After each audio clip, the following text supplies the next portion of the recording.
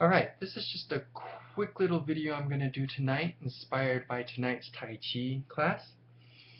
So, I have this good friend who's been a martial artist many, many years, and we get together and interact with one another almost every week.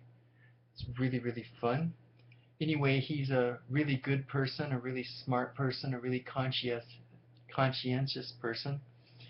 He focuses on making a positive impact on the world, and he's a massage therapist, and he helps heal a lot of people. Anyway, today he was giving a massage to a young woman who is a vegan, who's very, very strong in her beliefs. And he's not a vegan, he's not even a vegetarian, but he is one of those people that he chooses to eat grass-fed beef. He eats stuff that's local in here, that he knows where it comes from. He sees it out there on the Maui Hills up in Kula, free in the grass, living a life like an animal instead of trapped in an industry where there's concrete and stuff. So a lot of these really, really horrible atrocities that the meat industry does that we don't want to support, he's not supporting either.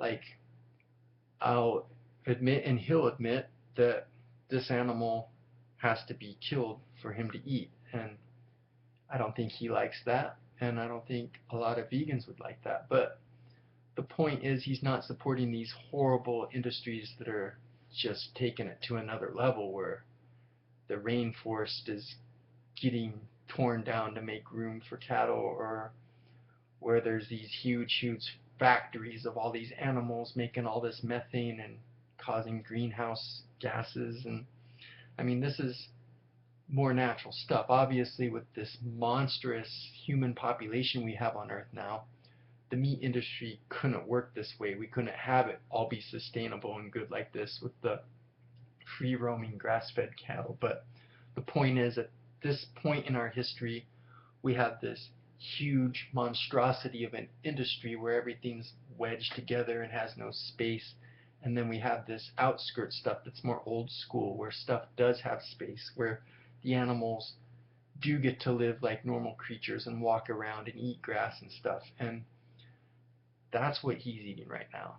And I know many of you may disagree with that and stuff, but the point of this video is he's trying to do his job, giving a massage, helping this lady, and she's like just constantly preaching to him, constantly trying to convert him, and getting like angry at him and stuff. And I understand that a lot of vegans love animals. I love animals, and I can see why there's such a passion and why you believe your beliefs so strongly, but behaving like this doesn't make the kind of impact you want it to.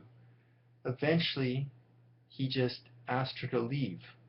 He didn't charge her for all the time he spent. He's just like, okay, that's enough. You can just go. You don't have to pay. Just leave. I don't want to deal with this. And this isn't the kind of behavior that makes a person think, oh, these vegans have a good point. I want to become a vegan. This is the kind of behavior that turns people off and makes them think these vegans are fanatics. They're out of control. I don't want to be like them. So it turns people away from where we want them to go instead of leading them to it. Like I've said before, I like the way that Patrick lives his life. This this is the kind of example you want to be. This is a man who speaks softly, walks softly, and carries a big stick. His life's out there making impact. He's a great example. He's a champion, but he's not going around preaching to people. He's not being a jerk. He's not turning people off. In in this book, he shares his honest feelings and his own personal journey, and it resonates with people. Like, he connects with others, and other people out there, they love animals, and they can identify with his message, and the way he's sharing it, it will draw them in, and it will make them think about how they're going about their own life. This is the kind of example you want to put out there. This is the kind of thing that will make people change.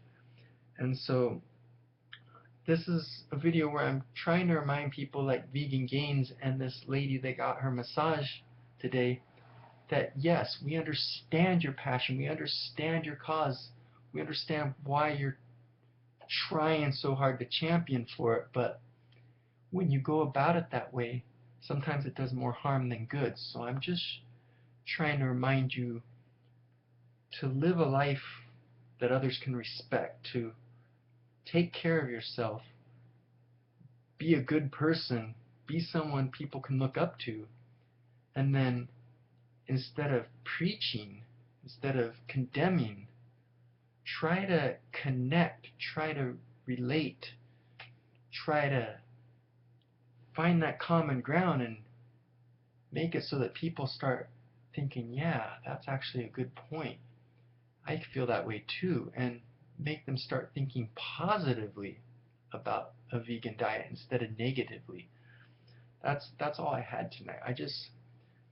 I think that with all these people in the world, that the way we're going about things right now doesn't make sense anymore, and it's causing a lot of damage. And I think it's wonderful that this veganism movement's spreading, but I think it would spread better if more people would conduct themselves respectfully. I understand where the preaching's coming from. I understand where the condemning's coming from. It makes sense, but I don't think it accomplishes what you want it to accomplish. So I think you should follow examples like Patrick and like John Venus, people that live very, very admirable lives.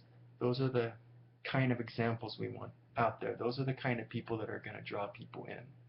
So just think about that.